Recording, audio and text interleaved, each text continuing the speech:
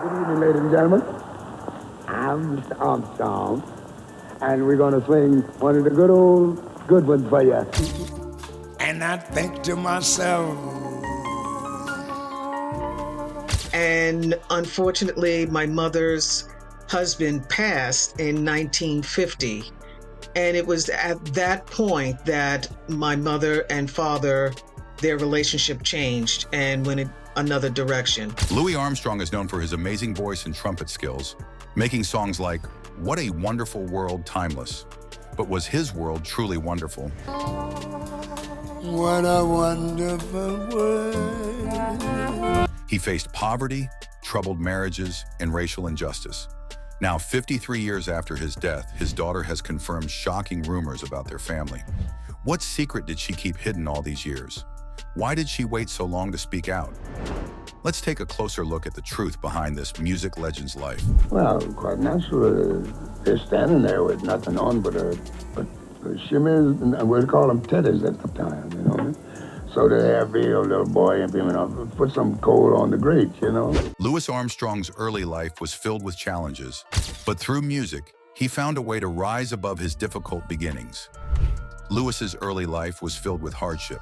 His mother, Mary Estelle Mayan Armstrong, was only 16 when she had him, and his father, William Armstrong, left the family soon after Louis's younger sister, Beatrice, was born. This left Mayan to raise both Louis and Beatrice on her own.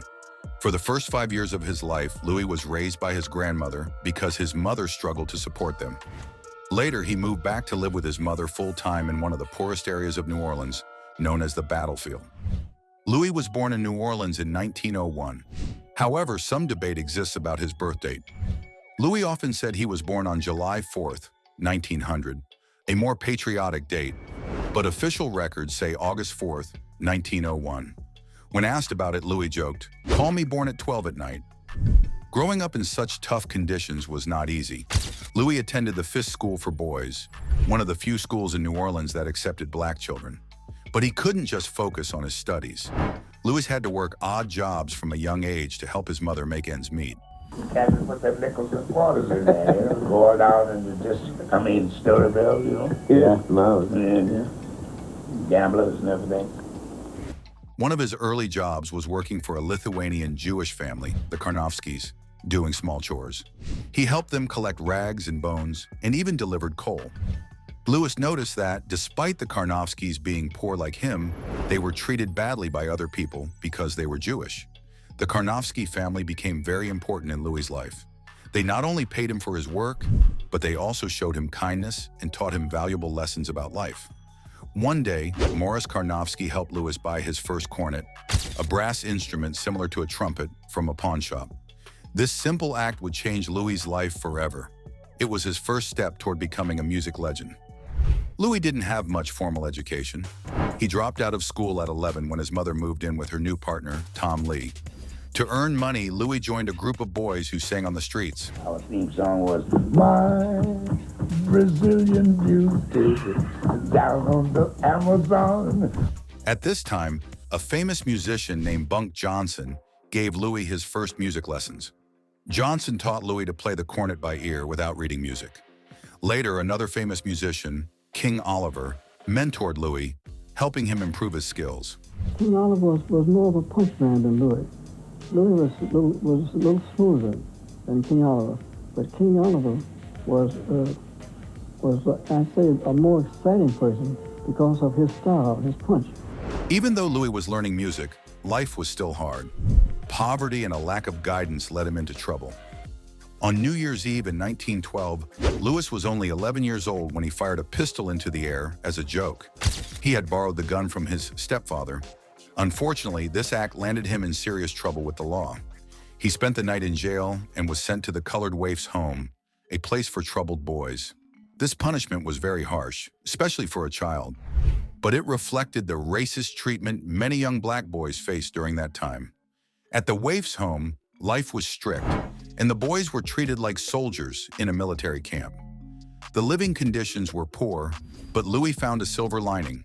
The home had a brass band, and Louis was able to play his cornet regularly. A man named Peter Davis, who visited the home to teach music, noticed Louis's talent and made him the leader of the band.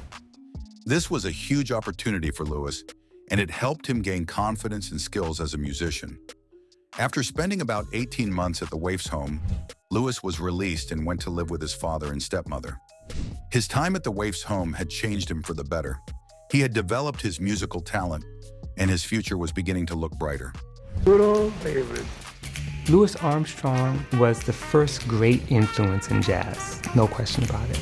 Louis had a tough start in life.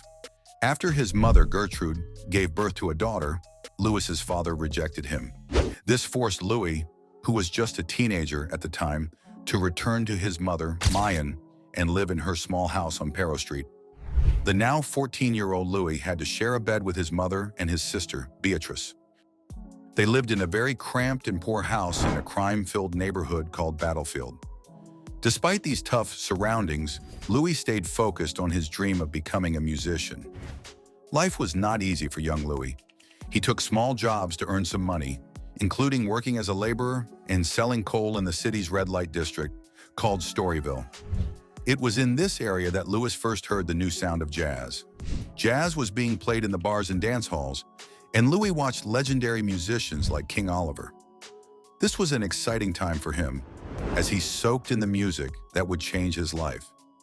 At one point, Louis even got involved in some bad situations to make money. He briefly worked as a pimp for a local woman named Auntie, but their relationship ended badly when she stabbed him in the shoulder. His mother, Mayan, was so angry that she nearly choked Auntie in retaliation. This event marked the end of that dark chapter in Louis's life. Even though Louis dreamed of becoming a professional, he couldn't afford to continue his studies. He briefly studied shipping management at a local community college, hoping to build a career, but his family's ongoing struggle with poverty made it impossible for him to continue. He had to give up on those dreams and focus on surviving.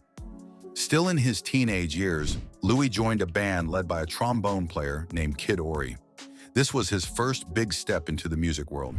In 1922, Louis made a major move to Chicago, where he joined King Oliver's Creole jazz band. He used to tell me all the time, play more lead on that horn. I was just like a clarinet, like the guys run up and down the horn nowadays, the bopping and things. I was doing all that, fast fingers and everything. This was a huge opportunity for him, as it allowed him to start recording music.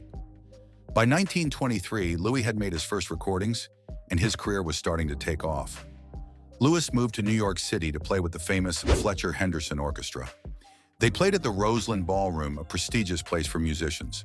However, racial discrimination was a big problem. Even though Louis was a talented musician, he was not allowed to enter through the front door because of his race. Despite this, he performed nightly and continued to build his career. As it went on, and King Oliver got set in Chicago at the Lincoln Gardens, he sent for me to play second trumpet with him, and that was my man anyway. I didn't care where, as long as I was with him. I can't imagine you playing second trumpet. Louis returned to Chicago in 1925, where he was now known as the world's greatest trumpet player. Over the next few years, he made important recordings with his groups, the Hot Five and Hot Seven. These recordings from the 1920s played a huge role in changing jazz music. Jazz started to focus more on solo performances, allowing musicians like Louis to shine with their improvisation. Despite his talent and growing fame, Louis continued to face racism. In 1931, he had to leave Chicago after a mob threatened him for becoming too popular. Even though he was a rising star, he still had to deal with being treated unfairly because of his race. He wasn't allowed to stay in certain hotels, even when he was performing as a headliner. In the early 1930s, Louis began touring non-stop to escape the oppressive environment in America. He performed all over the country and even started taking his music abroad. He made history as the first jazz musician to tour internationally, introducing jazz to audiences in Europe. In 1932, Louis toured Scotland and England, where people heard live jazz for the first time. The following year, he brought his music to the Netherlands and Scandinavia, to amazing crowds who had only heard jazz through records before. I told him, I said, now, I don't want to be married to a second trumpet player. He says, what are you talking about? I said, well, I don't want to be married to a second trumpet player. I want you to play first. He said, well, I can't play first. Joe's playing first. I said, well, that's why you got to quit. Louis had a complicated love life filled with ups and downs. Over his lifetime, he was married 4 times. Each marriage had its own challenges, but his final one brought him happiness and support. Armstrong's first marriage happened when he was just 17 years old in 1919. At that young age, while performing in Gretna, Louisiana, he met a woman named Daisy Parker, who was a local prostitute. Their relationship started as a fling, but soon became serious. Louis even went to her home in New Orleans, only to discover that Daisy already had a common-law husband. This complicated things, but they still got together. The couple stayed in a hotel, and on March 19, 1919, they got married. Louis, though just a teenager, took on the responsibility of caring for a family. They adopted a boy named Clarence, who had special needs, and Louis took care of him for the rest of his life. However, Louis's marriage to Daisy didn't last long, and they divorced. Louis married again. This time, his bride was Lil Hardin, a pianist from a famous jazz band. He said, I can't quit Mr. Joe. Mr. Joe sent for me, and I can't quit him. I said, well, it's Mr. Joe or me. Lil played an important role in helping Louis rise in the music world.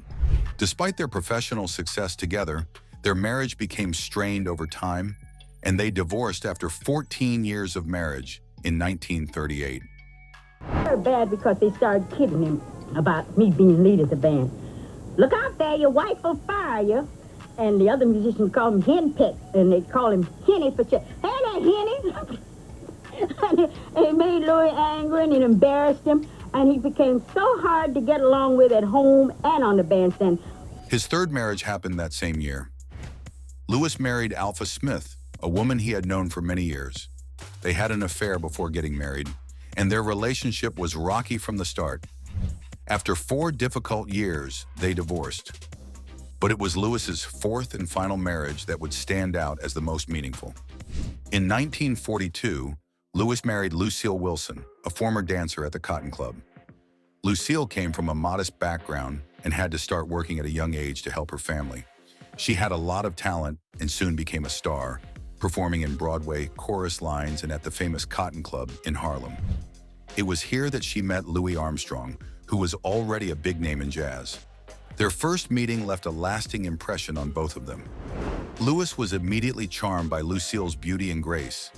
Lucille had grown up listening to Louis's music, as her mother was a big fan. A sweet story often told about their first meeting is that Louis bought all the baked goods Lucille was selling to support herself and then gave them to children in need.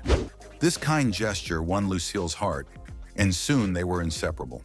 Their love grew into something beautiful, and Lucille became an important part of Louis's life and career. She was by his side at his performances, interviews, and television appearances. People loved hearing Lucille's stories about Louis, especially about how much he enjoyed her cooking. One of his favorite dishes was her red beans and rice, which she made to perfection. Over 50 years after his death, the American icon's only child, Sharon Preston Folter, appears in the acclaimed PBS and Emmy-nominated documentary Little Satchmo. Now, Louis had a secret that many didn't know about until after his death. Over 40 years after he passed away in 1971, a woman named Sharon Preston Folter came forward in 2012 with a big revelation. She was Louis Armstrong's daughter. After living closely in the shadows of her father, Armstrong's secret daughter reveals a family and relationships that were kept entirely discreet. Sharon said that Louis had an affair in the 1950s with her mother, a dancer named Lucille Sweets Preston. Sharon was born from this relationship, and Louis believed she was his child. He even wrote a letter to his manager in 1955, saying that he thought the newborn baby was his. In the letter, Louis asked his manager to make sure that Lucille and her baby were taken care of financially. Even though Louis knew about Sharon, he never publicly said she was his daughter. During that time, social and racial pressures made it hard for him to talk about such things. My mother was Lucille Sweets Preston. She was a performer in Black vaudeville, and she was married to Luther Preston, and who they called him Slim. And they had a dance team called Slim and Sweets, and they toured in the 40s. For most of her life, Sharon Preston Folter didn't know who her father really was. Her family kept it a secret. It wasn't until Sharon was in her 50s that she found the courage to share her story with the world. In 2012, she wrote a book called Little Satchmo, Living in the Shadow of My Father, Louis Daniel Armstrong. In this book, she talked about her life and how she grew up not knowing that one of the most famous musicians in the world was her father. She explained that Little Satchmo was a name her father used in a letter when he found out her mother was pregnant. And unfortunately, my mother's husband passed in 1950. And it was at that point that my mother and father, their relationship changed and went in another direction. Sharon has since donated keepsakes and recorded messages from Louis Armstrong to the Library of Congress. Her decision to tell her story showed just how much Louis wanted to be involved in her life, even though society made it difficult for him to do so publicly. For Sharon, opening up about her past gave her a sense of empowerment after years of living in her father's shadow. Now let's delve into other struggles Louis had to pass through, particularly during the Great Depression. It was a tough time for everyone as it hit the entertainment industry hard, and many places, like the Cotton Club, where he was a star, had to close their doors. Other musicians, like Bix Beiderbecke and King Oliver, also had a hard time finding work. To make a living, Louis took any job he could get, even if it meant playing with bigger, more commercial bands that didn't really fit his style. During this rough time, Louis started to branch out. He began singing, acting in movies, and performing in theater to pay the bills. I see skies of blue. One of his first movie roles was in the 1931 film XF Flame. Even though he was nearing 40 and dealing with lip problems that made playing his instrument harder, Louis reached new heights in his career. In 1937, he became the first African American to host a nationally sponsored radio show, a big achievement for that time. With his growing popularity, Louis was finally able to hire a manager to help him navigate the often racist entertainment industry. However, Louis faced more than just financial problems. From the 1920s onward, he struggled with substance abuse. He was a big fan of marijuana and became outspoken about it. Louis believed marijuana was much better than alcohol, which he thought caused more harm. He said that marijuana helped him forget about the tough things in his life as a black man. Like many jazz musicians of his time, Louis used marijuana to cope with the stresses of being on the road and being a trailblazing black artist in America. What a wonderful world. Louis was open about his love for the drug and didn't hide his use. He even called it medicinal, saying it relaxed him and helped him focus on his music. He didn't understand why marijuana was illegal and was angry about its criminalization. In 1930, Louis and drummer Vic Burton were arrested for smoking a joint outside a club in Los Angeles. Even though Louis spent 9 days in jail, it didn't stop him from using marijuana for the rest of his life. Years later, Louis would still speak out against the laws banning marijuana. He didn't see why such a harmless plant should be illegal. For Louis, who grew up poor in New Orleans, laws against marijuana seemed ridiculous when compared to the hunger and poverty he faced as a child. In addition to his love for marijuana, Louis had other struggles. He loved food and often had a hard time keeping his weight down for performances. To stay trim, he became dependent on laxatives and diuretics. He even wrote magazine articles recommending their use. Despite these struggles, Louis kept pushing forward, using every opportunity to share his music and talent with the world. Armstrong's later years were filled with health problems. He had spent most of his life playing the trumpet, which took a serious toll on his body. Over 60 years of playing this instrument, which is tough on the lips, left him with chronic lip injuries. The pain was so bad at times that Louis would cut off scar tissue from his lips with a razor blade and use creams to soothe the area between performances.